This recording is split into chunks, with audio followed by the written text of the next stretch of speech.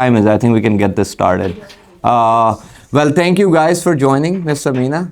Hope you're doing good, ma'am. Uh, so today, I think per your demand, I think everyone wants to get better at listings or get listings. So I want to ask you guys, what would you like to learn from this mastermind? Because I'm not prepared, so we're gonna go with the flow and see what you really want, why you're here, and what you want to learn. Well, Malcolm, why are you here, man? What would you like to learn here? Previously, I didn't really do too many listings. I did it in the Okay. past, but on my team, I was a buyer specialist. So I just want to just refresh the aspect of the presentation for this. Okay, so refresh on the presentation. What about you, Miss Dua? How to get more listings. How to get more listings? Okay. Miss Maya, Saying how to get more listings. more listing. By the way, Maya made a very. This is like she made a seller's guide. I mean, ours look. Yours, but I want No, man. Hers is better. Hers is better. So I think we can pass this around. I think Miss Cat, I will pass this around so you guys can. the buyer's one, right? So more listings. What about you, Miss Cat? Why are you here? Because I want to run away from home. Okay, very good. It's okay. Escaping from daughter. Okay. What about you, Miss Samina? Oh man, Miss Esther, same thing. More listings.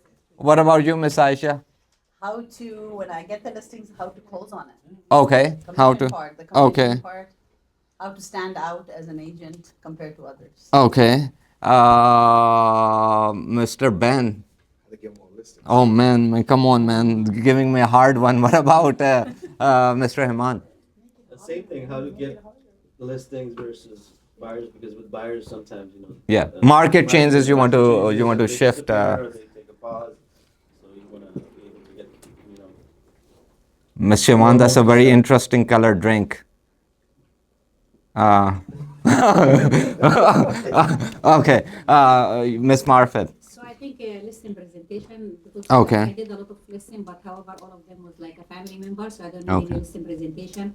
So I just want to create a good listing presentation which it doesn't have 100 slide. but Okay. Go to the point with the seller, at the same time to get if I have another agent Yeah. is going to get interview behind me or whatever. I just Okay. want to be stand. So you want to be when you go to a listing presentation, there are a bunch of other agents, and you want to win. I have about a 90% success rate when it comes to listing presentations. I've been there where there are like 10 other agents. I was even doing real estate where they're like sellers are meeting 5 to 10 agents in a day, and you're like in the line. So I think one thing you really want to learn first, I think, is how to get more sellers. And then the second thing is once you get that seller, how to communicate to make that conversation into a listing appointment. And then once you go to the listing appointment, now you want to win. There are like steps to it. And if you're not good at every step, it's not going to work. So first it starts with how to get listings.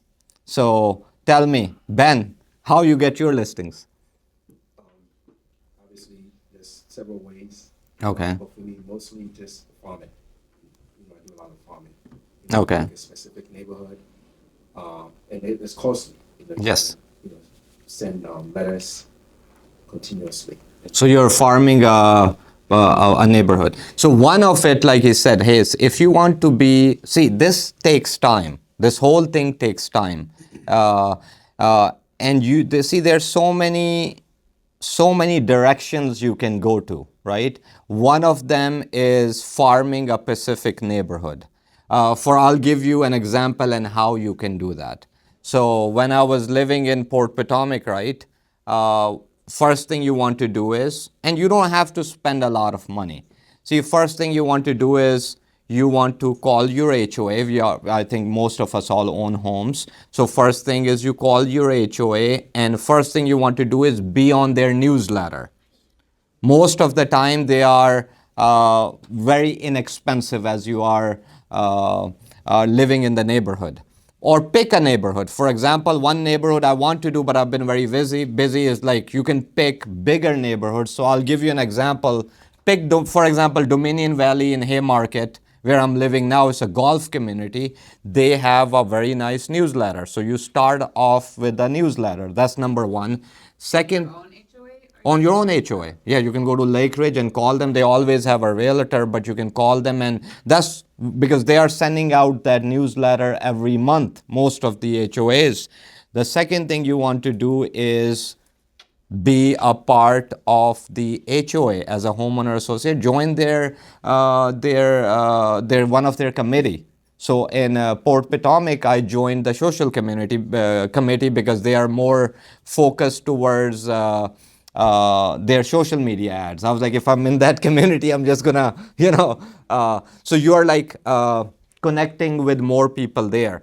What else you can do? Most of the communities have seasonal events. Communities have a lot of events. They have Halloween parties, they have Christmas parties. So you want to be involved. I think one community, if you want to really join, and I can give you my address if you want, is if one of you guys can do Dominion Valley. I think you'll do. They have, yes, why not? Any, or 2-3 of you can do it. No, because such a large community, it's a golf community, and I get their newsletter where they're doing so many events there. They have tea party, this, that, so you can really connect with the neighbors. And all those neighbors in Dominion Valley, I think there are like always 10-15 listings a month. So someone is listing them. It's just not me. But someone who's really active in that community, what else can you do? Of course, postcards are expensive, but if you don't want to do postcards, I would just go around in the neighborhood and introduce yourself. I used to do that. Me and Mukarram used to do that. We got cursed out many times. They're like, hey guys. But we were getting listings by door hang.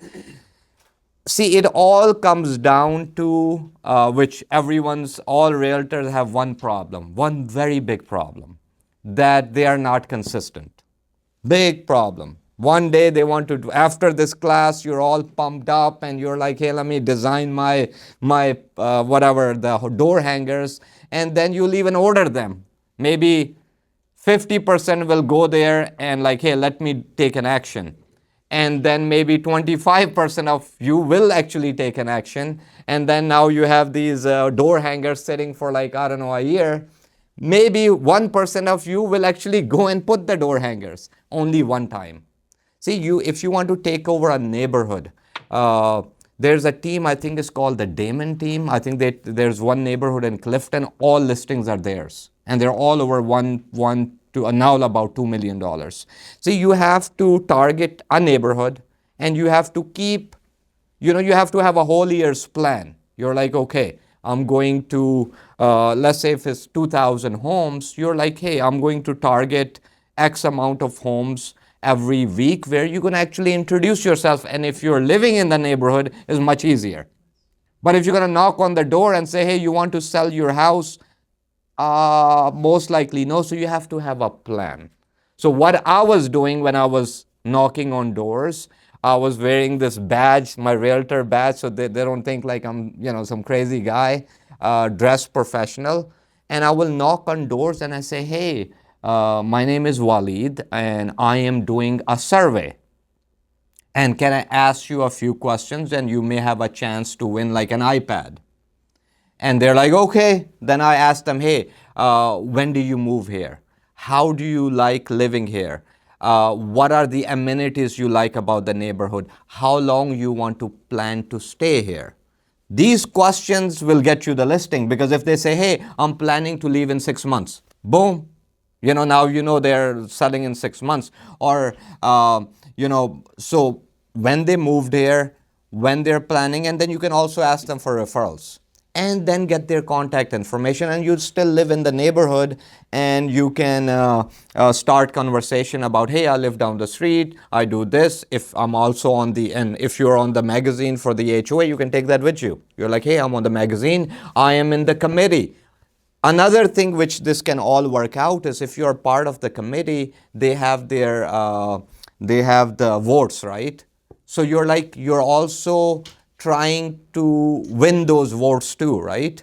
Uh, I think the first time I went to Port Potomac, it was some event like this, and I was like, hey, let me go and sign up and be a member. The day I wanted to enter the Port Potomac, the next day was the elections. And I was like, okay, and they made me stand up so people can vote for me, but no one knew me there, but I still got 2 votes. Uh, uh, but see, if then you can actually make changes in your neighborhood, right? You can be involved in the neighborhood, and maybe, they don't like a few things in the neighborhood. They want maybe no more lights, or they want the basketball court to be painted, or they want fence around it. So you can be the voice for your neighbors, and you're connected with them. Just don't do 5, 6 neighborhood, just do one neighborhood. So what you're doing is go to the board. Second, put your ad, and then make door hangers. Meet with your neighbors. Even in your neighborhood, you'll have at least 1,000, 1,500 homes, right? All you have to do is close what? Maybe 5%. What is 5% of 1,000? That's what? That's 50? Yeah, you're a top producer. You don't have to do anything else. But again, the problem is again that realtors are not consistent. We have so many things we can do. So sometimes you're running after social media for and then all of a sudden you are like doing open houses, and all of a sudden you want to do this. So you are like changing your direction.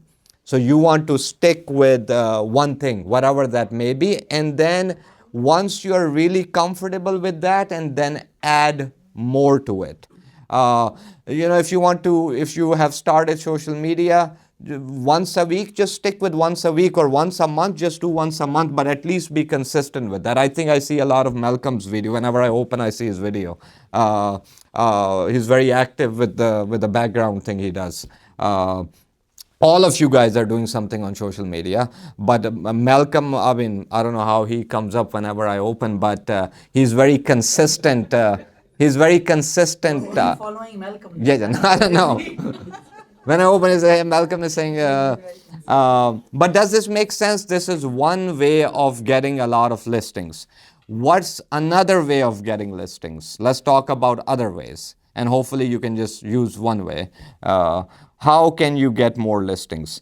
Of course, you have to gear to your advertisement on social media towards listing. So meaning talk, maybe have a course. You can hire Mr. Musa. He can make like a 1-month course for you where you're talking about listings, things about sellers, how you can benefit a seller. Again, when it comes to marketing, needs to be you need to have a problem and a solution.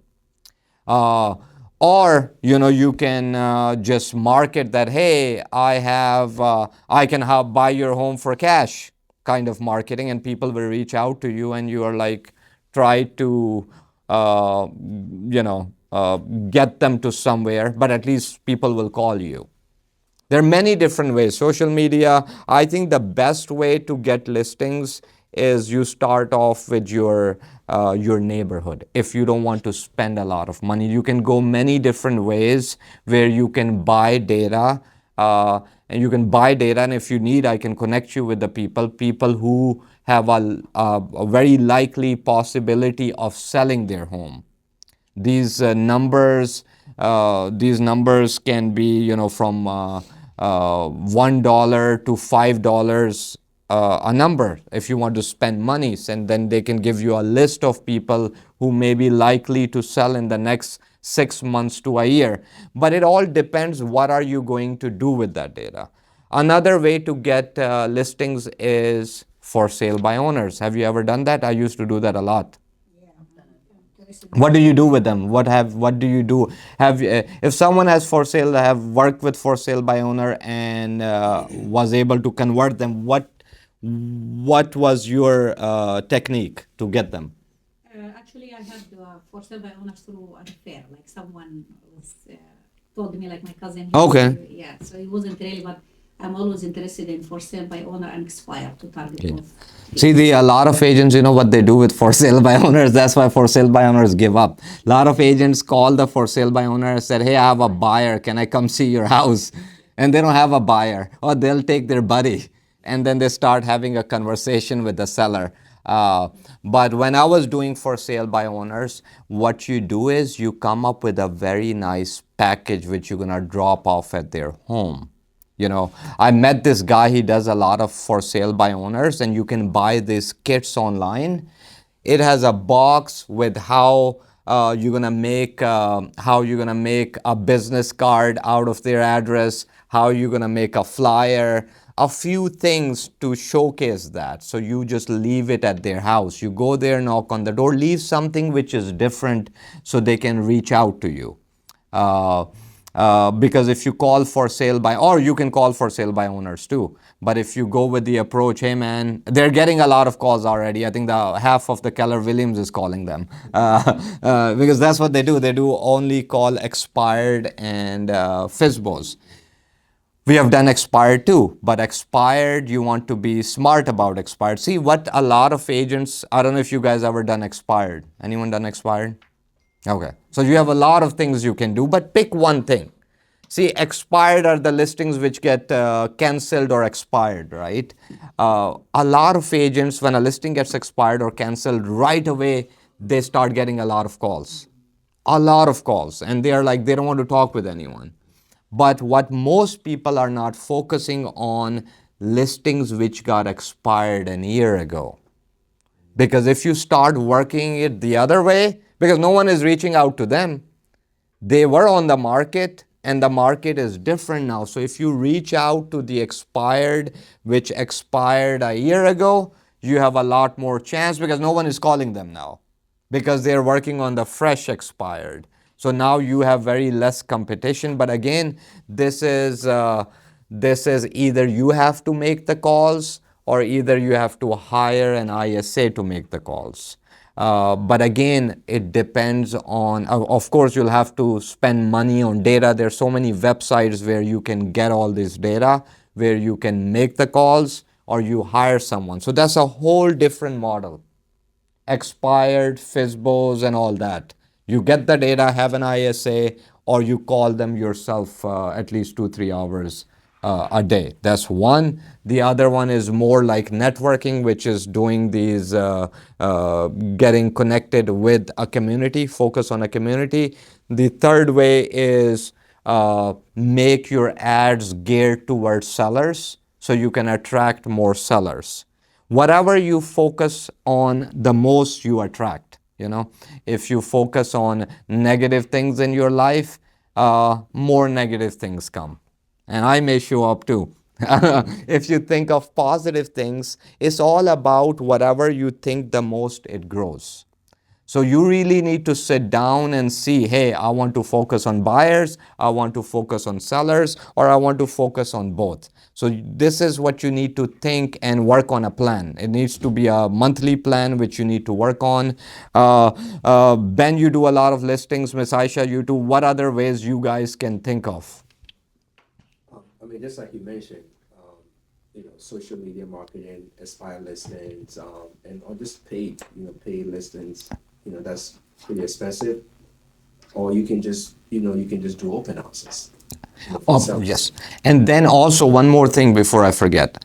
See, what you can do is, if you want to take it to a whole next level, any listing, let's say we have a lot of listings as an office closed, for example, in Lake Ridge, if you live in Lake Ridge, right?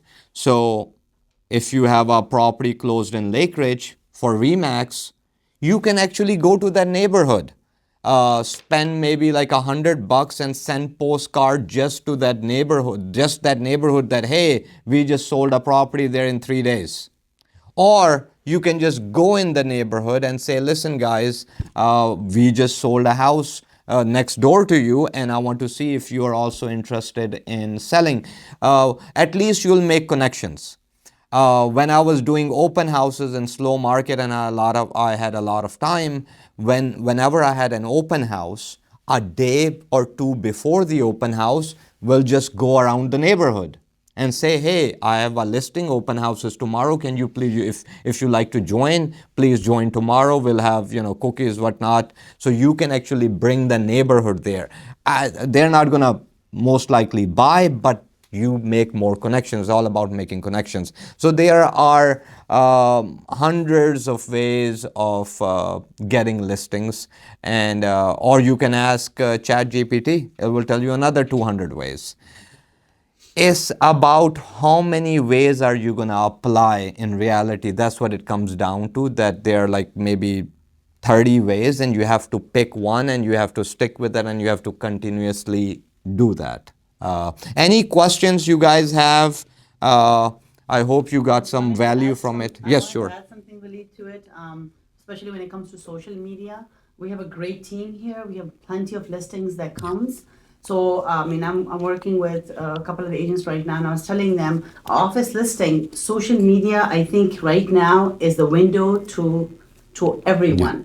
People are there, older, younger, they're going through it. In the beginning you will have, and it'll be tough. It'll be tough in the beginning. You'll have calls that don't make sense, but believe me or not, you will have leads from social media. And it's just the consistency. And I'll say, for us to start new, or whoever's starting new, just pick 3 things. 3 things is all you need, and do it 90 days in a row. And in 90 days, if you don't see a result, then you just go back and visit. But you will see it. The result is there. It's just the hustle has to be behind it. And what makes you comfortable, that's the most important thing. So sometimes it's easy to do door knocking. Some people are good with social media. I know, so just that, and post everything that you have. For instance, we have listing in the office, post it on social media, even the WhatsApp status. Your people who know you will kind of, you'll be in front of them. But thank you so much to all of you guys, because all of your listing, I post them, and my clients think that, man, you had 10 sold properties today, 20. Absolutely. See, people like to work with successful people, because real estate is like American dream, right? So it's success. So you want to show your clients that you're successful. So if you don't have listings, no problem. You can advertise office listings, right? That, hey, we have an office, we have a listing coming up in, let's say if I have a new listing, right? You get an email, right? And you can say, hey, we have a new listing coming in Woodbridge. If you want to know more about it, reach out to me. It's good for me because you'll bring a buyer. It's good for you because your client will think, hey, Miss Samina or Maya or Dua or any of you guys, hey, this person is getting all this. There are few agents I know which started that way. Once you are in this mindset, this becomes a reality. My first car was Mazda 626 in real estate. I bought it for $3,500, but my keychain was always Mercedes. Where I used to go to the bank and throw I'm like, hey, and they're like, oh, you got $100 in your account. Doesn't make sense. But see, people who are successful or who are going to be successful, they already know it now. They already know. People who are millionaires or billionaires now, they are always knew that they're going to be there. So when I started real estate, I knew I was going to be here. This is the vision you see. Same thing with listings, buyers. Real estate is very simple business. Just make connections and just follow up with people. It's the easiest business, the easiest way to make money if you have the right mindset. If you don't have the right mindset, yes, you need the right mindset, and then you need the education. And that comes, education, yes, you can, like you're here in the class, but then you learn with your experiences. When I first started, of course, I'm not who I am, who I am right now. I was not the same guy before. I had some strengths, but a lot of weaknesses. I was not good at listings. I was not even good with working with clients who are not the same language, because I thought I was not good enough. I didn't have the confidence. So I was just only selling homes to my community. And they were always asking me money back. And then one day I deleted all of them. I was like, I'm there just asking money, and they're at the end, they're still not happy. I was like, I need to change. I need to expand and have a diverse database. And I know a few agents now. They only work in their community. They don't have any buyer or seller. There's a couple Bangladeshi agents. They're very good. They're actually successful, but they only cater to their own because they think they're not good enough. So they are limiting their business to only like what, 1 or 2%, and they're just not working with everyone. You want to be open to working with everyone. I have actually a lady now. I helped her rent her house. She's I think Miss Cat was on the other side. The Margraf. This lady hired me. She doesn't know how to speak English. She's from Korea or something. And she's so happy. She was using translation. And she just gave me a very nice review. She said, I want to just, because she was trying to rent her property for 6 months, didn't work out. And somehow I had rented another property in the neighborhood. So she reached out to me, and she's always translating. And then I was like, don't worry, just paint the house. I'll get it done. And I got it rented in 2 weeks or something like that. And she's just so happy. She said, I'll only use you. Mr. Ebenezer, easy, right? How are you? So makes sense. So listings are everywhere. Buyers are everywhere. It's just you guys are not everywhere. Opportunities are everywhere. You are just not there where the opportunity is. Because I don't know what you're doing. If you're not selling 12 homes, and if this year, if you cannot sell 12 homes, I don't know, something wrong with you. Not with the market. Is something wrong with you, because you like 12 to 14 homes is like walk in the park right now. Market is really good.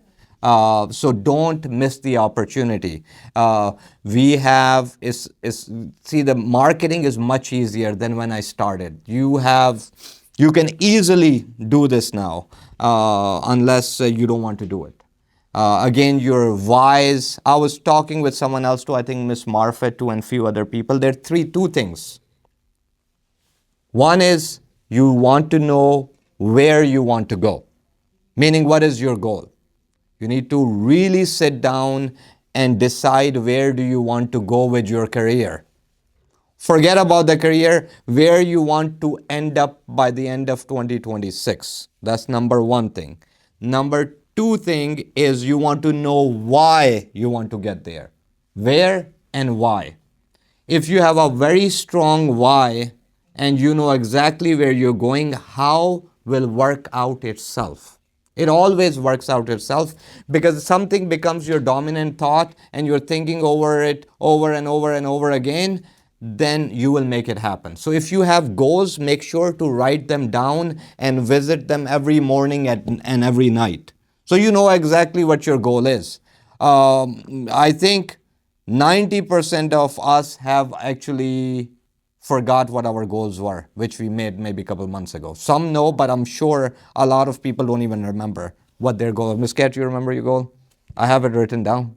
Yeah. But always revisit your goals. And you want to know why you are trying to get there. Why you want $200,000. Why? It's not like, hey, I want to make 200,000 because I want to. You need to know what exactly you're going to do with 200,000. So anything else on how to get the sellers? I think the way I got sellers was, there's another way. That's how I used it. You may not believe me, but it worked. So every morning when I was newer in real estate, every morning I would wake up very positive. I'll open my garage and go outside and open my arms and say, today, I'm serious. I'm like, today the universe will bring me 5 new clients. And they will follow. Exactly. Most of my business is, I'm telling you, this is the key. Most of my business even now it's all from this energy. I don't spend any money on marketing. I've barely spent any money on marketing in my career. Only time I did the marketing was when I had a team and you guys, we did the Zillow thing here and there, but that was for the team. But me personally, zero marketing budget. But mostly what I did is I started with branding, which Nabil is doing a great job with that. See his face. See, I had one picture, which I don't know, I shared my old card. Everyone knew that face. So I kept one picture for 5 years at least. You see, keep one face for 5 years. I was at the mosque, I was at the church, I was at the shopping center. All my pictures are everywhere. And even my picture is there now on Old Bridge Road. That's the new picture now, the AI one. See, it's a brand. See, for example, when you see golden arches, right? The M, what do you think that is? McDonald's, right? Do they have to say McDonald's? No, right? When you see this red, white, and blue balloon, it doesn't have to say Remax or whatever it is, like let's say a car logo. You see Mercedes or Toyota, they don't have to say the name, because that's how you want to have you in your community. A picture, something, there's a lady with a picture of the dog or something, I don't know if she's still around. Cindy Fox. Hold a rabbit or something, I don't know. Buy a rabbit, hold something special, something, and then you want to stick with that along with the slogan. That's why Nabil, the reason I say Nabil, because whenever I'm driving around Woodbridge, he has this, which I remember, he's looking that way with a gray suit. It's like embedded. Wherever I go is there. Even my family members sent me the picture of Nabil. They said, hey man, someone is taking over Woodbridge. What happened to you? Yeah, because he's doing that. And I told Nabil, for next 5 years, don't change your picture. He was doing the for sale signs, and he was going to remove his picture. I said, no, Nabil, this is your signature page right now. Just keep that. So you want to have your signature picture. I don't know, orange or pink or whatever colors which can, something people can remember. And that becomes your brand. Brand is the key. So most of the people, I think lately a lot of mosque people are reaching out to me. I think maybe they're looking for donation. 2-3 Maulana reached out to me last 2-3 days. Yeah, they're like, hey. I'm like, hey, maybe they're being nice to me. But I think, they saw my picture. They're like, you're a very nice guy. Let's meet. I'm like, Mr. Maulana, tell me, what is it about? He was like, no, when I meet with you. I said, no worries. But again, so if you, Miss Amina is laughing. See, one way is, you all are laughing now. But I'll help them. We'll help everyone. See, if you don't want to do anything because you're like lazy and you don't want to do nothing at all, at least when you wake up, do that, hey God, universe. I'm telling you, it will also help, but you have to believe in it. But see, God wants to help us, but He is not going to, for example, right? God, give me that tissue. God, give me that tissue. God, give me that tissue. I have to take it, right? So you have to take the action. See? So everything is around us. You just have to, you guys are sitting on a gold mine with Galaxy. And you yourself are amazing people. So you have all these, positive things. So you have to, again, go and ask the universe to, because what it will do is, may not give you listings, but it will open doors. See, what the universe does is, when you ask something over and over again, it will open doors for you. And then it will all start coming to you. I want to add something. Sure. So regarding the business card, I had I kept my picture. Yeah. I have like a blue picture on Yeah. My Facebook page. I have like 5,000 followers. I've been known as an agent. So I always take my business card and put it in different halal store everywhere, like Full Church or whatever, Wood 7. So I end up getting a listing from a guy. Yeah. he's from Bangladesh or Okay. Pakistan, and he said, I like your picture, your smile, and end up listing his house in Gainesville for 550, and then this is last year, and he bought with me in one of the community house for 1,090,000. There you go. See. He doesn't know me, Yeah. but he saw my picture. He became my business card from one of the halal Yes. store, and I ended up doing. And another thing, your community, when I was doing this branding, I would go to these Pakistani stores, I'll talk with the owner. I'm like, listen, let me put my banner here. You know how many people come there? I'll give you $200 a month. They're like, oh, $200, no problem. Not your card, because people will, people will put their cards in front of your cards. But go to your communities, go to mosques, churches, and I used to do a lot of events at the mosque too. After the Jummah prayer, I had the booth there. We did things for churches. You have to be very involved. So I didn't spend a lot of money on marketing, but most of my money spent was with the local community. So that's how a lot of people get to know me, and then when they look you up, they go online, they see more reviews, and then boom, they'll reach out to you. Now, I would say, again, it takes time to build this, but I did this for a very long time. Now I get like at least 30 referrals a month. I don't have to do anything. Actually, I'm running away from business. I get so many business that I'm like, hey, I don't want, and every day, I get a call. Just yesterday I got a call. They want to list 1,900,000. I met another person, 2 million. I'm listing it. It's coming up. Another 3. See, I'm a magnet now. Magnet because I built myself as a magnet. Once you become a magnet, first 5 years, chase the business. Chase. And then the tables will turn and everything will start chasing you. But again, you have to be out there. I always, till now, kept things very simple, very cheap. I didn't get no advanced systems. Very simple, what I did, and now I'm very behind in it. But newsletter every 2 weeks, postcard every 4 times a year. I've been doing the same thing for like last 15 years. Same thing, nothing new. Postcard with magnet, which, Shawan helps me send that. And she also sends a newsletter every 2 weeks. I used to do it myself, but now she helps me. Simple. I'm not doing anything special. And people know I'm there, and they just find me and they just keep coming to me. So it's very simple. You just have to go at it. Any questions there, guys? How are you going to get the sellers? What data platform do you recommend?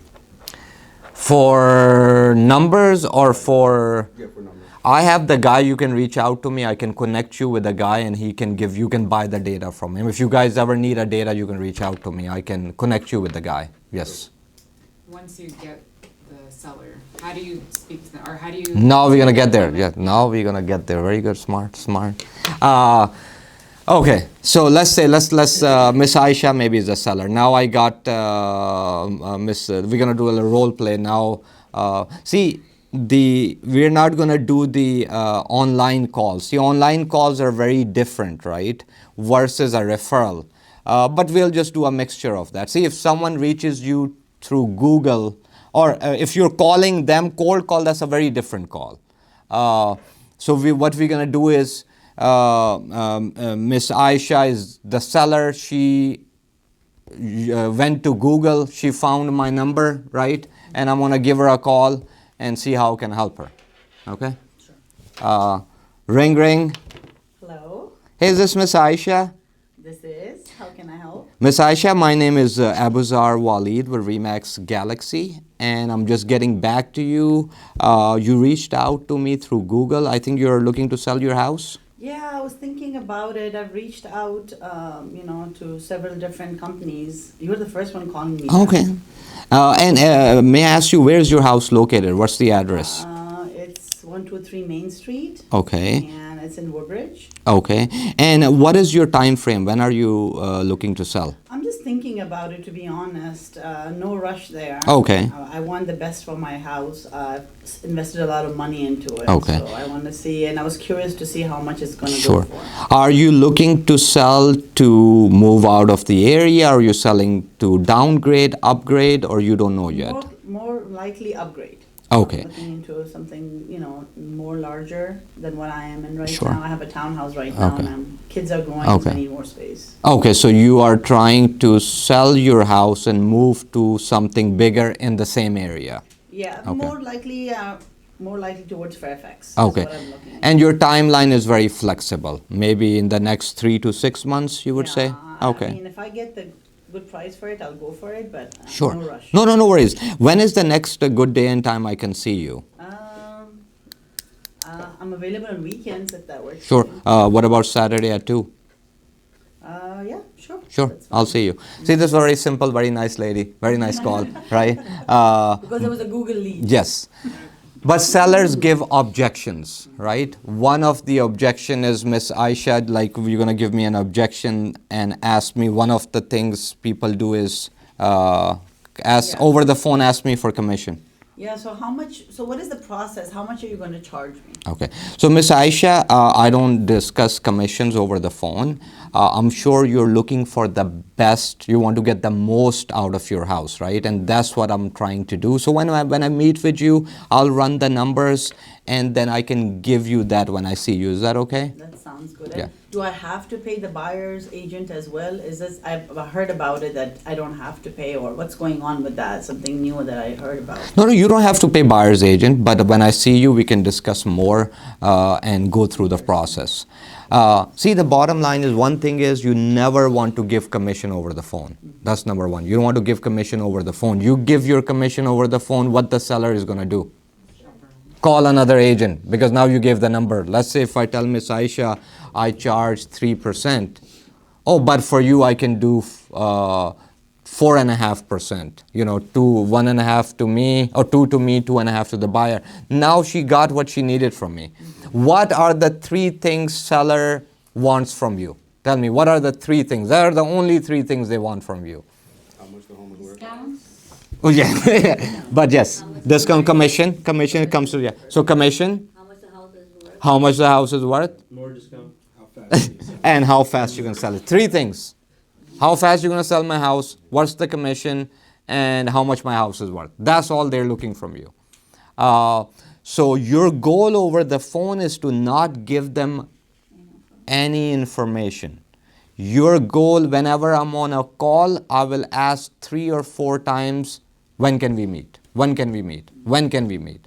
I'm not trying to interview and but another thing is, you want to get the pain points. You want to really understand what are her pain points, why she wants to sell. Is this because of the schools? Is this because of a divorce? Is it whatever that reason is? Then second thing you want to learn is where she's going to go, because you want to use that information when you're actually start your listing presentation. I want to know, now I know with this quick conversation, she has 3 to 6 months, right? And she wants to get a bigger house. But maybe with this short conversation, I don't know how badly she wants that bigger house. Maybe she does want it now. She's just saying that I want 6 months. Maybe the schools are starting, when the school ends, she wants to. So you want to get the pain points, and then you want to also give her a plan, a full plan that when she sells this, where you're going to place her. If you just focus on selling the house, she's not going to pick you. She may pick you, but if you are like, hey, I can help you sell this house, and I'm going to also help you find a place where you need to be and be a part of that, whether it's in Virginia, whether it's in Florida, because she wants to work with someone not just for the house, for the entire process. So understand the pain points and also understand the timeline, which is key, which is why you want to sell and how quickly you want to sell it. Because I really like to work with motivated sellers. Otherwise, I tell them is wait, because some sellers reach out to you and they say, hey, we want to just put it on the market and see if we can get a 900,000. Our house is worth 850. I don't like to take that listing. I want Malcolm to take that listing, because when Malcolm fails after 3 months, they're going to come back to me with a realistic price. In slower markets, in fast market, like right now we're in a better market, I like to be their listing agent. In slower market, in September last year, last quarter or last 6 months of last year, I was avoiding being a listing agent. I was trying to push them to go list with someone else, because I know no one will sell that and they will come back and sell it to me. And that's exactly what happened. Because I want someone else to put it on the market, go through all that and fail, and it won't sell, and they'll get back to me. Sometimes it's good to be a second or third agent. It depends on the market. Does it make sense? So now everyone has a different way of doing a listing presentation. I'll tell you how I do it. This listing presentation, me personally, 99%, I don't even open it. I just take it with me and it's just sitting there. It's boring. It bores me. It's just like, who wants to go through this paper? Hey man, let me tell you about, yes, in my conversation, I'll tell them who I am. And, of course, our objective is to sell their home in the shortest time and get them the highest. But this, to be honest, is very boring. I leave it with them. I don't go over this with them, but it's there. In some cases, I will go over it with them. See, it all depends. See, when I go to this is how I do it, right? Now I made an appointment with Miss Aisha, right? Now I will show up, right? Then first thing what I'm going to do is find a spot where I'm going to sit. That's very key for me, because I don't want to sit on a couch. I rather sit on a table. I don't like to sit on the couch. Like, you remember we were sitting there? I didn't like that, but that's the only option we had. But I don't like to sit on a couch. I like to sit on the table, because I can understand their body language better. And plus, I can have my laptop, I can have my papers, and we can have a conversation which is kind of at the same energy level, and I can understand it better. So when I go in, I say, hey, Miss Aisha, I'm here. Great to meet with you. And always, even house is clean or dirty, you want me to take my shoes off? Always, don't just walk in. I think, I'm sure all of us are, but these small tricks I'm giving you, always put, which you all smell good, but always put, no, not cologne that, hey, you smell bad, because see, sometimes these scents it's a sense of smell, right? Sometimes these scents can have an effect on the person you're meeting with. It creates that little vibration in their brain. It's a sense of smell. So I go in, of course, dress professional for listing. You have whatever you got, and then find a spot where you're gonna sit. Then I say, Miss Aisha, can I set I usually have my bag. I have the same bag for a long time, but the same bag. I'll say, hey, can I set it on the kitchen counter, wherever I think will be where it will be comfortable, and then I'll put it there. Then what I'll do is I'll say, Miss Aisha, why don't you show me your house?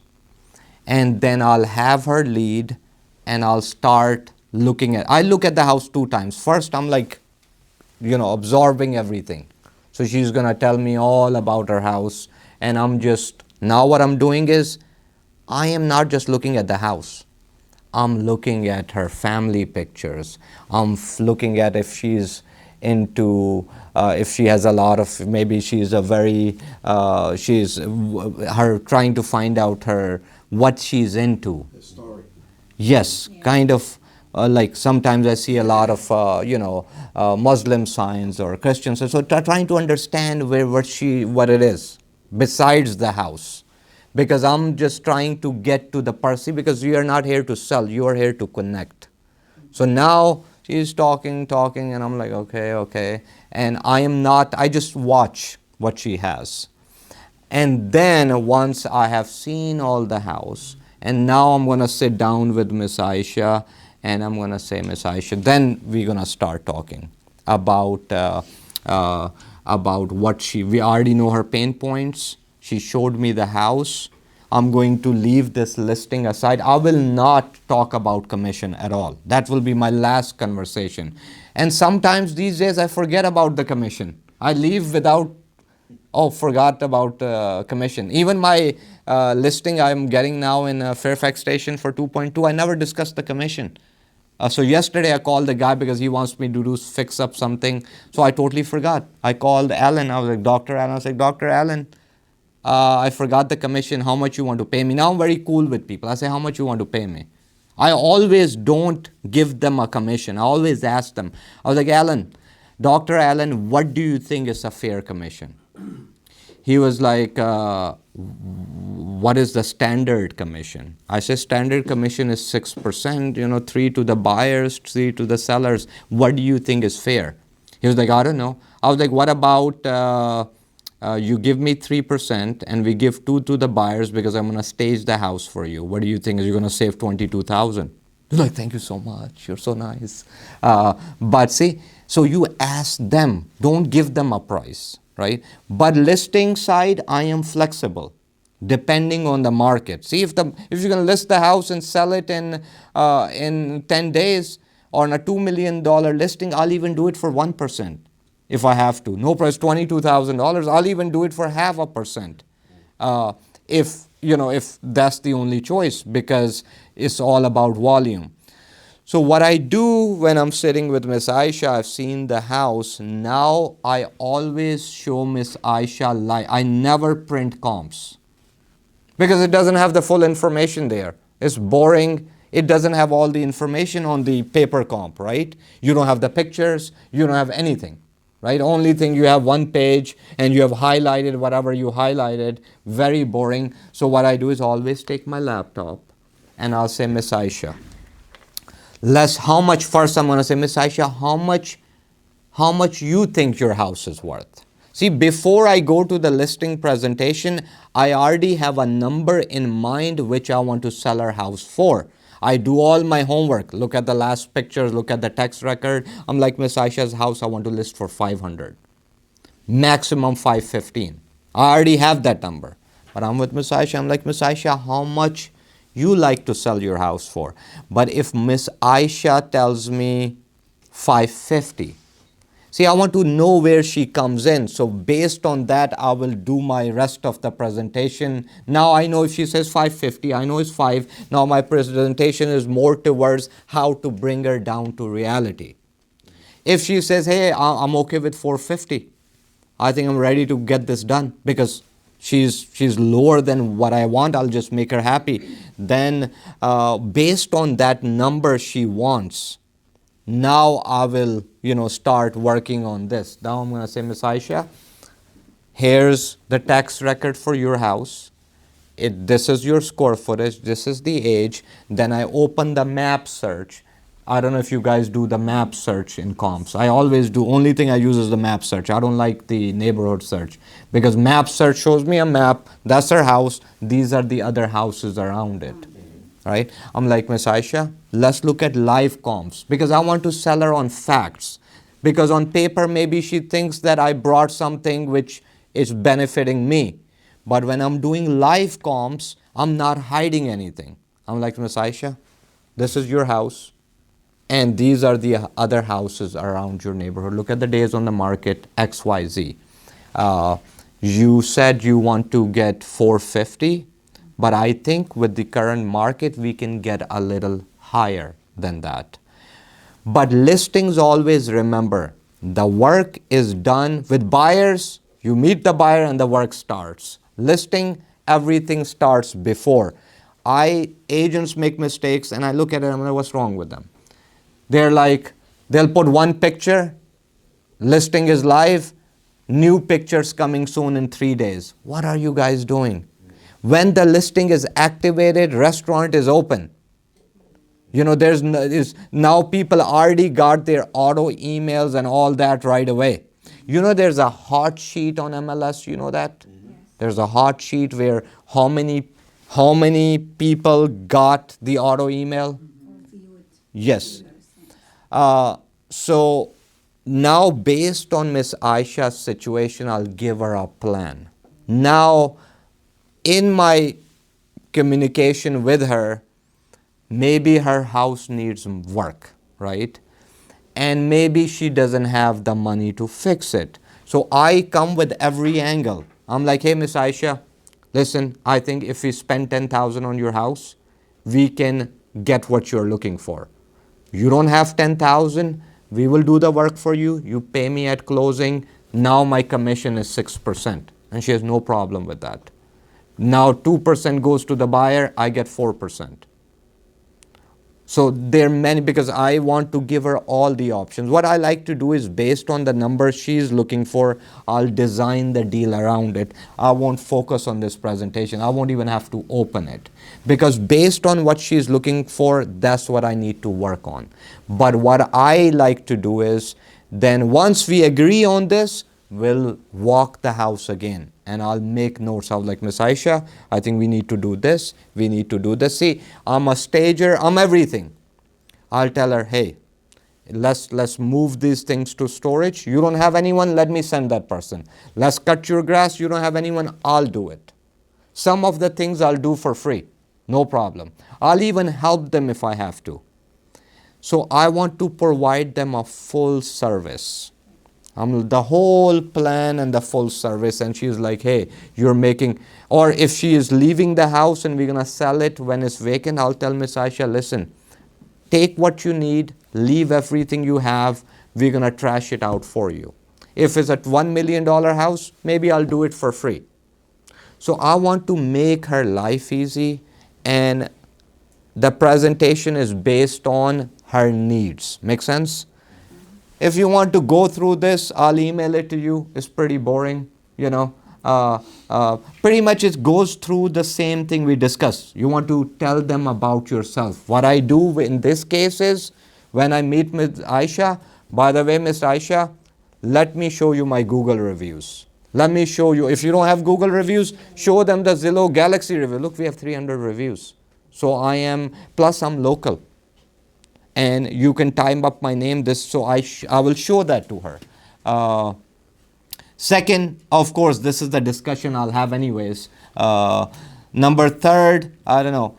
I don't even discuss what I'm going to do. See, most realtors doing the same thing. They're like, hey, we're going to do professional pictures. We're going to do flyers. We are going to, I don't know, go to the moon and do this. At the end of the day, like that's everyone, it's like everyone is doing that. But once she's already sold, I'm going to tell, by the way, Miss Aisha, we have a professional person. Then another thing, before you leave the listing, or any buyer, whoever, one thing, you just don't leave. You don't want to just leave. Hey, Miss Aisha, great to meet you. You really picked me. Thank you so much. Another thing is, I never go with a listing appointment. It's just me. Even she's ready to sign, I'm like, Miss Aisha, I don't have it, I'm sorry. My sellers are like asking me 5 days before listing, Waleed, where's your listing agreement? And other agents are like carrying their listing agreement, sign now, lock them, bless you. Everyone is trying to lock them in. I don't lock anyone in. And I tell Miss Aisha one more thing. That's me. I said, there's no termination fee. Anytime you don't like to work with me, if you're not under contract, no fees to you. If you don't like to work with me and you don't like me, it's better we don't work together. No termination fee. And at one point, I'll send her the listing agreement. But one thing I also really do on the listing agreement when I send it is I do the net sheet. And any one of you guys do the net sheet? I always do net sheet. And that net sheet, I always match when they're selling the house, and I send them both. I said, listen, I have a closing today. I think I have 4 closing, but 1 is today. And whatever the net sheet said, he'll get 126, he's getting 127. I emailed him both. I was like, listen, you know, I told you 126, you're getting 127. Very happy. I want to match my net sheet. So I always do a net sheet. I want Miss Aisha to have a clear picture of the process. So before I leave Miss Aisha, right, you want to set deadlines on everything. Miss Aisha, when you want to list a house? Okay, our focus date is March 14th. Okay, I'm gonna schedule the pictures on the 12th at 9 o'clock. Is that okay? Can I order the sign? So I want to give her the dates. I'm gonna say these are the dates we're gonna work on. I said if anything changes, we'll change it because we want to work together as a team towards one date. So now she has a homework to do. I have a homework to do. But of course, in this case, when we are this far, I'll just send the listing agreement before, I'm ordering a sign or doing. And then we just list the property. These days, I like to stage most of my properties. I would say at least 80-90%, even I have to pay from my own pocket depending on how much commission I'm getting because it will sell the property. So I'm staging, I would say 90% of the properties. But again, depends on how much money I'm making. If I'm making like $6,000, I can't afford staging. Even $10,000 if you're giving $3,000 for staging. But I'll throw that in too. So the staging is a part of you take it in a commission, you don't charge them extra. Depends. I like to charge based on the person. I like to be very fair, but if I can, if they're making a lot of money from the house, I'll just put it on them. It all depends. See, all of this is very different based on what you're trying to do. And and I think I don't go to I meet the seller one time, I'm never at their closing.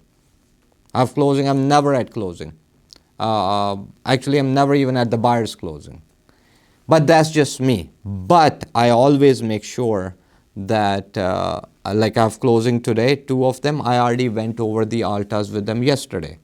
Send it to the seller, we reviewed the numbers. I said, you just show up tomorrow and sign. Why they need me?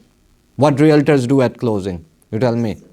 They're like bothering them. They're bothering the title company and their client because the title company is trying to get paper signed and they're like trying to throw a comment, whatever they are saying. The job is already done. Yes, everyone is different. I think if you're not there yet, yes, show at the closing, make them feel special. But as you grow and you get busier, then you put systems in place. But I'm not. But the closing I'm not in, all those people are giving me 5-star because I've done the job. They hired me to do a job. See, everyone has a different style. My style is not very personalized. Miss Casey is one who go beyond, which is good. It works for us, works for a lot of agents. She'll buy the cake, she'll do the red carpet, but that's her. Me, my clients know me. They don't call me for their birthdays, their kids' birthday. They don't call me. I'd never show up. So they don't call me, but they call me for a job. They know we call this guy is going to get the job done. All my clients, they look at me as, hey, this guy is going to get the job done. And some of my clients like it because I don't want to get involved in their families, So they're like, hey, this guy just comes, do the job and is gone. So they call me and they know I keep everything confidential. They know this guy is really good. They hire me to do a job and I come and do a very good job and I'm done. And then they see me until their next transaction. Maybe over the phone they'll have me. But this is the way I like to do it. Hopefully this makes sense. Any questions you guys have? Yeah, I have a question regarding the cancellation fee. Maybe you have your own. Yes. I don't know if for example, I get a listing here.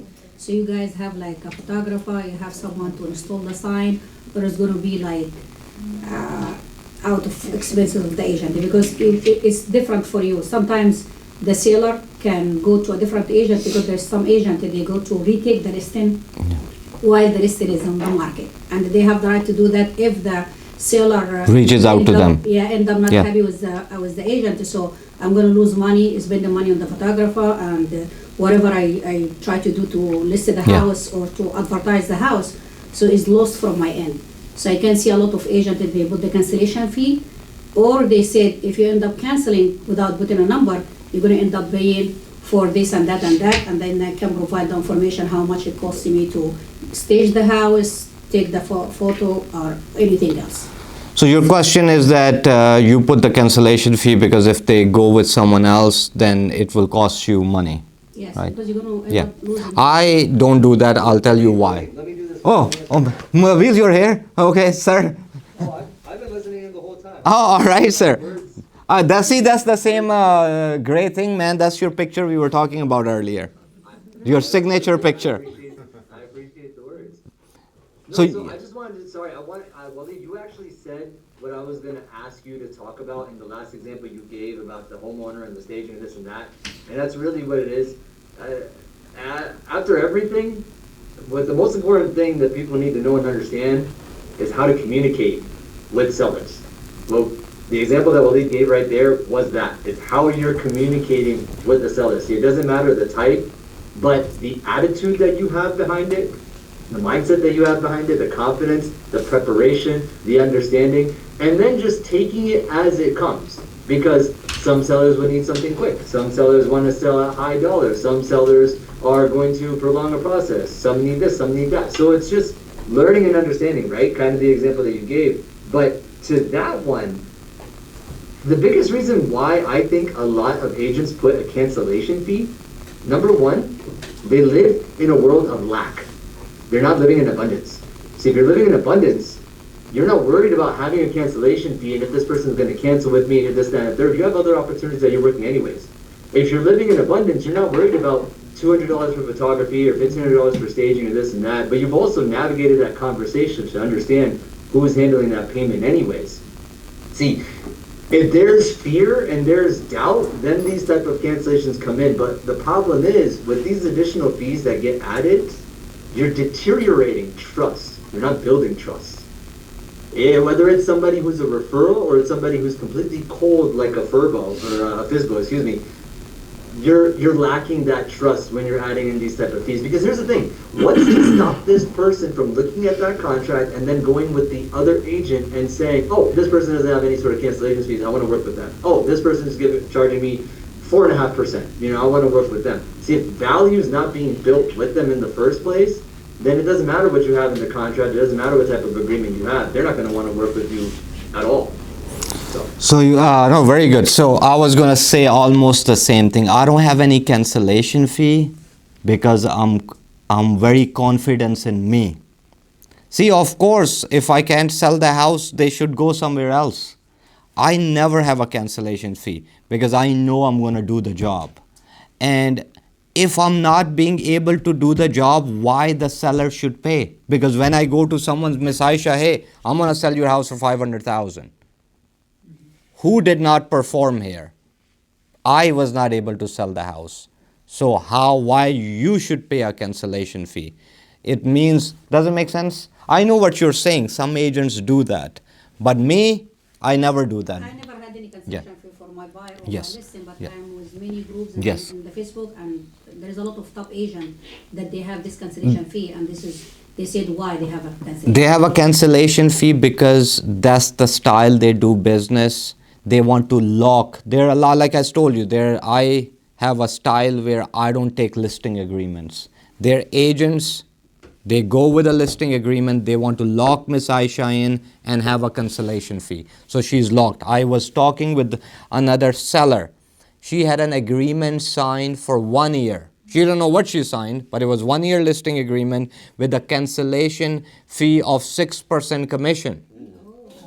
See? Because, see, do you want to, and the seller called me, she was like, Waleed, I want you to sell my house. But this lady would not drop. She would not let me go. So her agent's interest is not in Miss Aisha selling the house, is about money.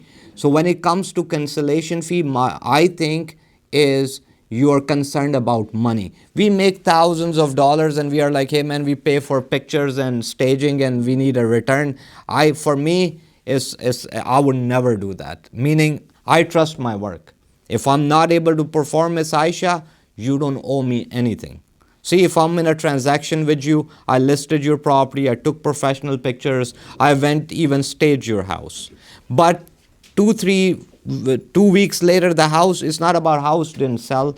We have some friction going on. She don't like a few things I do and she doesn't want to work with me. Yes, she has the right to leave because I'm not doing what I need to do. So me, I'm very confident in what I do. Otherwise, I will not work with her anyways. But me, I will never, not now, Never. I even with the buyers, I don't do. There's no cancellation fee. I tell all my clients, if you don't want to work with me as a buyer or a listing, you can let me know. Send me an email. We are done. I won't come after anything for you. Even if they list with another agent. My clients are very open. I had one property on the market. I fixed her house. It was a condo. And I had it for rent and the market was slow. It didn't rent. And then she listed with some other agent and sent me the listing too. And we were talking about it. I didn't say, hey, why you went with another agent?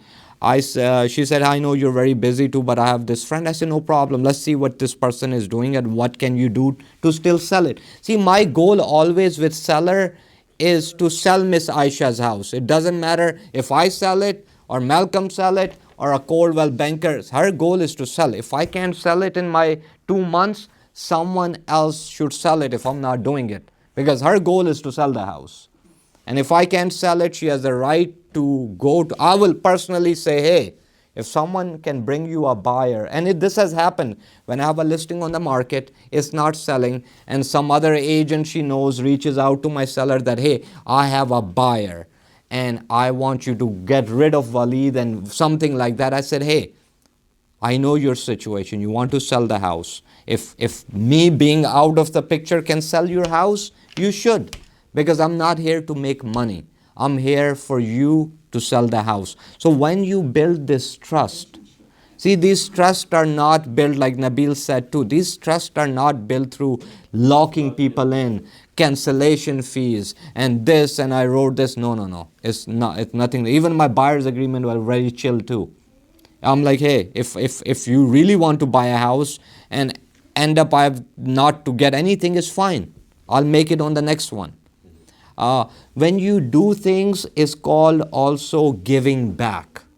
When you are giving back, then of course you get everything. See, universe and God never keeps your favor for too long. Always remember that. The universe or God, if you believe in God or the universe, will not keep a favor from you for too long.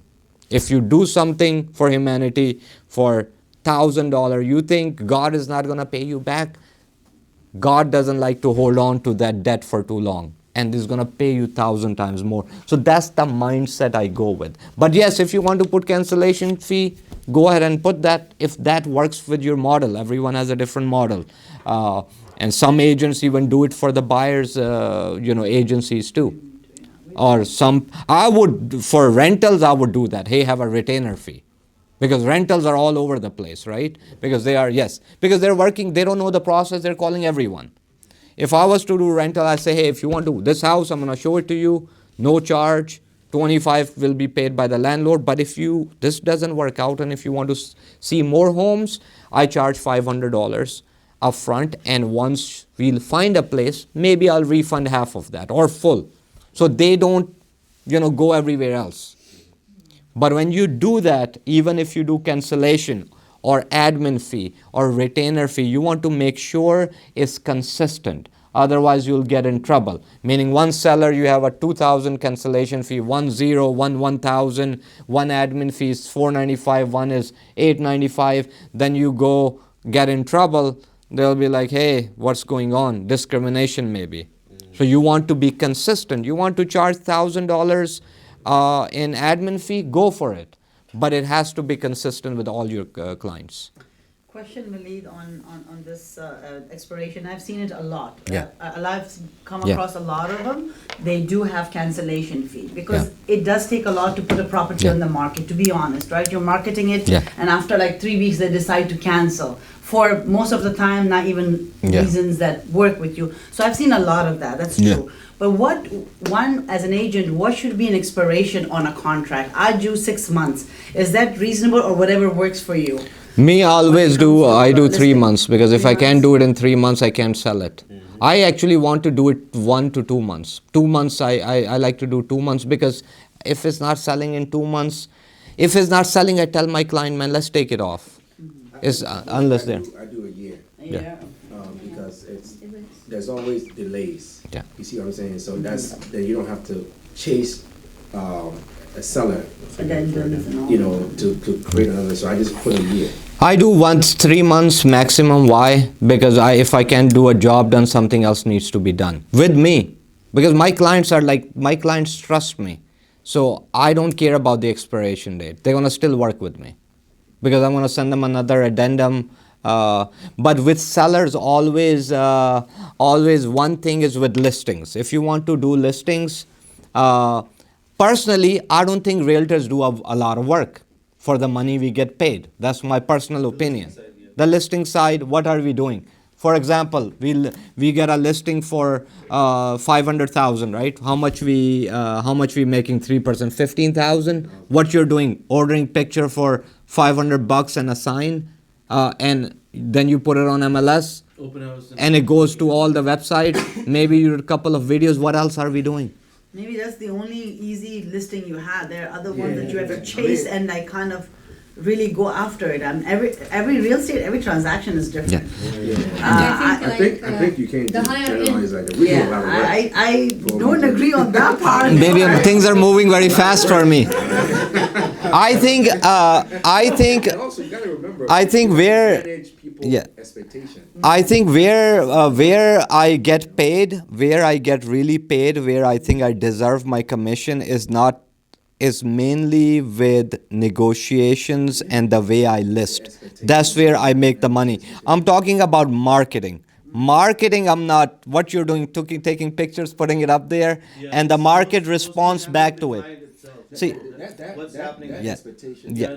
But most of, Like 3 months to sell. gotta manage Because that's how people's- the But most of my work is earned before the listing is listed, because I'm going there 2-3 times with a contractor because I don't want to list a property if it's not ready. That's where a lot of agents make a mistake.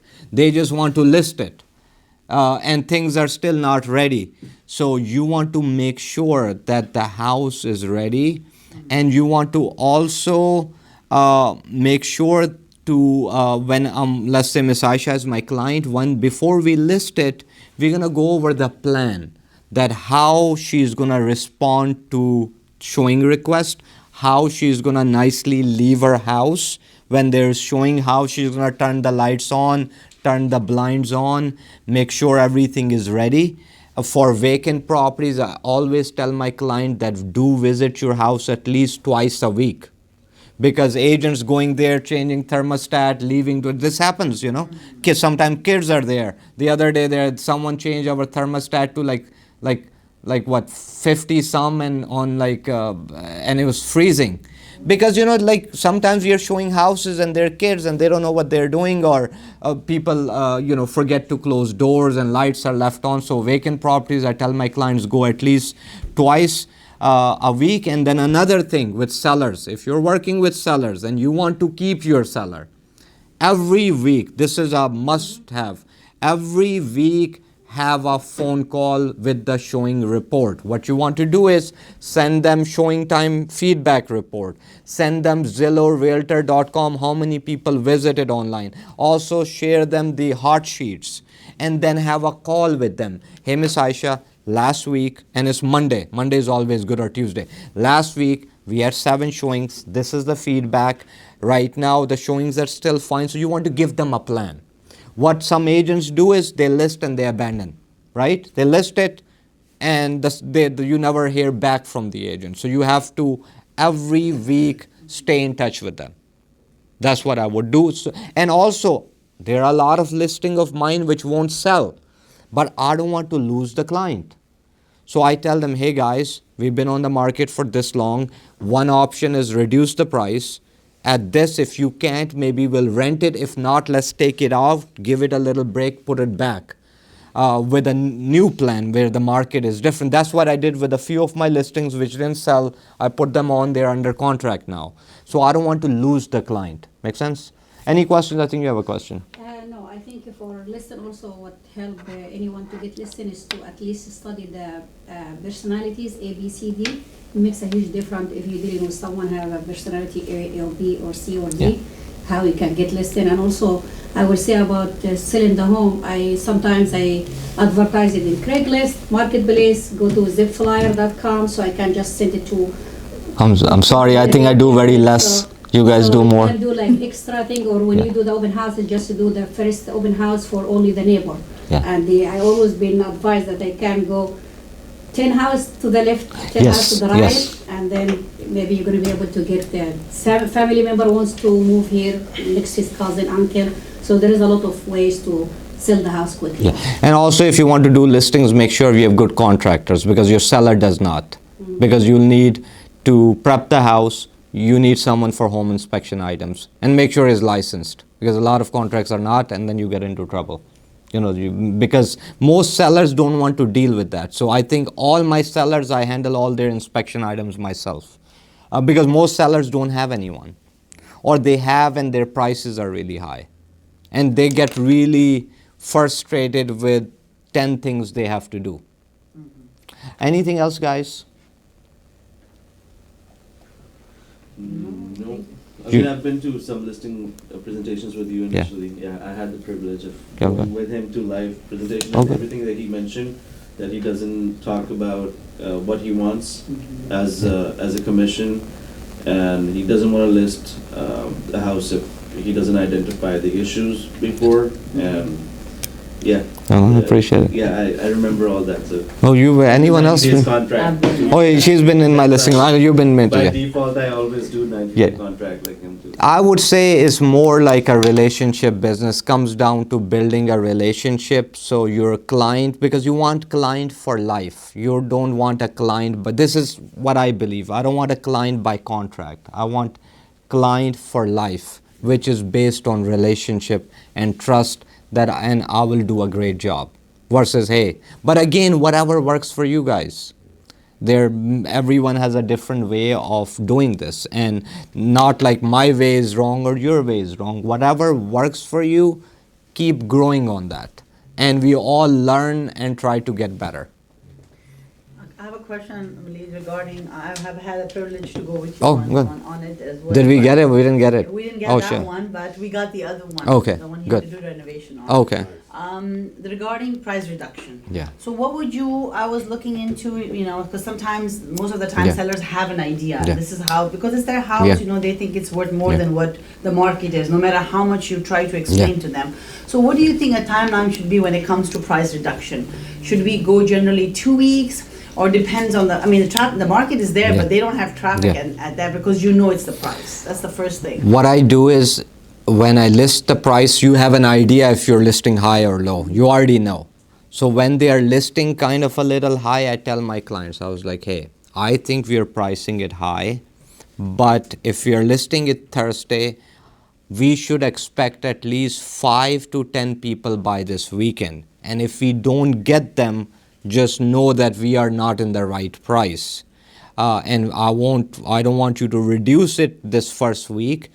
Maybe after 14 days, we need to reduce it. But if you want me to try that price, let's try and see.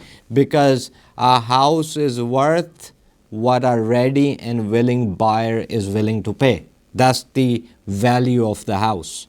If in this market, if you list 5 days, you don't have showing, you got a problem.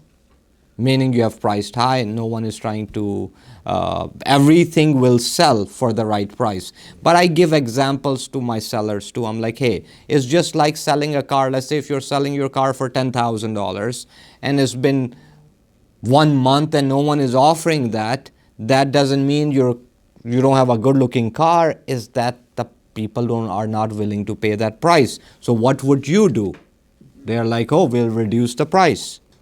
So you have to I like to give them examples. I mean, Some people don't get them I've still. learned from, Oh, sure. one Yeah. of Waleed's presentation. I think the couple that we went to, he got both.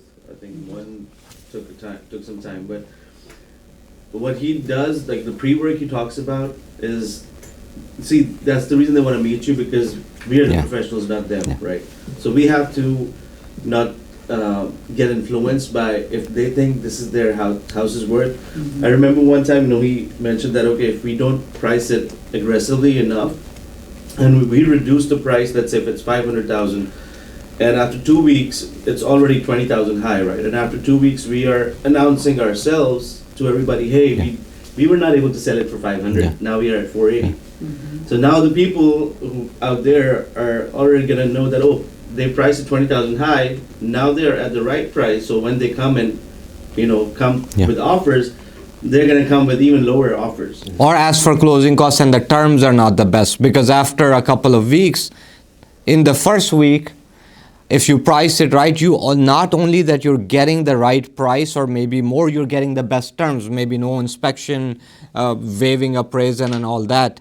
But as time passes, not only you're reducing the price, you're also not getting the best terms. Ms. Esther, you gonna say something? Yeah, how long do you list properties for coming soon before it changes to active?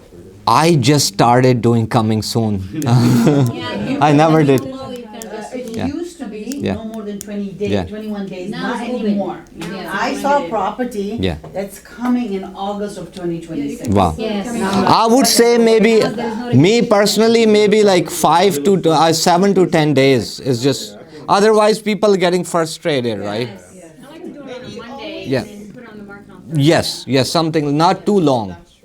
If you're like, hey, this house is coming in a month, and like, then, yeah, and then maybe other, I just put it on there longer. It can be 2-3 months because For it drives you to have conversation with people. Like Okay. people call you and they may not get the price. They can be your clients. you can get other buyers out of it, yeah. See, everyone has a different way, right? It's a good way to Yeah. And I have a listing on coming soon, and I'm getting leads right now. Oh yeah, whatever works. Everyone has, me, I'm just like, I just dive in. Generally, you don't get listing like months and months in advance anyway. Yeah. I mean, Yeah. it's usually weeks or maximum. Yeah, but at least when you put something on coming soon, can you guys put at least a nice picture? Yeah. You know, I've seen some coming soon pictures, and I'm like, There's the word coming. and the house is looking all like messed up.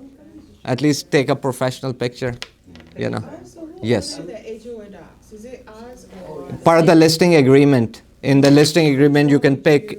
I usually do it for them. We do it for them, send them a link so they can pay for it. Yeah, yeah. We like to do as much things we can do for the sellers, yeah. Yeah. We take the commission. I went by for a listing. I'm sorry, was it after this meeting? So what, she had a listing of, let's there. Was it today? Now today? Today. Oh, you was there. How did it go? I went there, but guess what? What I happened? knock on the door, a guy comes in and says, I am so sorry, she just left, she had a pain in her leg, she just went emergency to the Oh my doctor." God. I'm like, are you kidding me? That's okay. Oh yeah. That's it. Yeah, that's okay. Guys, so you're gonna see her again? So the gentleman was the boyfriend for the daughter. Yeah. And then he was very nice, and he said that, I'll tell her, but I said, I'm in the office, in the Woodbridge office, before 4 o'clock. 4 o'clock, I have another appointment. Yeah. I said, before 4, I'll be here, so just in case. Well, I'm gonna have to just press the button to see what. So she's gonna be back. So yeah, why not? Yeah. I was ready for her. Yeah. No, it's Now I okay. don't have the mojo anymore. No. I've been to listing appointments, people like open the door and close it. Yeah. They're like, hey, you. No. Even with appointments, because with online leads is different, right? When you're doing online, people don't show up, or you go very far away, they confirm it and they don't open. But this is part of the business, right? The guy was very nice. He was like, I'm so sorry, she had a pain. She's a little older lady. Yeah. So I did talk to her, but we'll see. As long the communication is on, is good. Things happen in life, right? But So- I really prepared myself for this appointment. I think the whole thing is just like I learned something. No.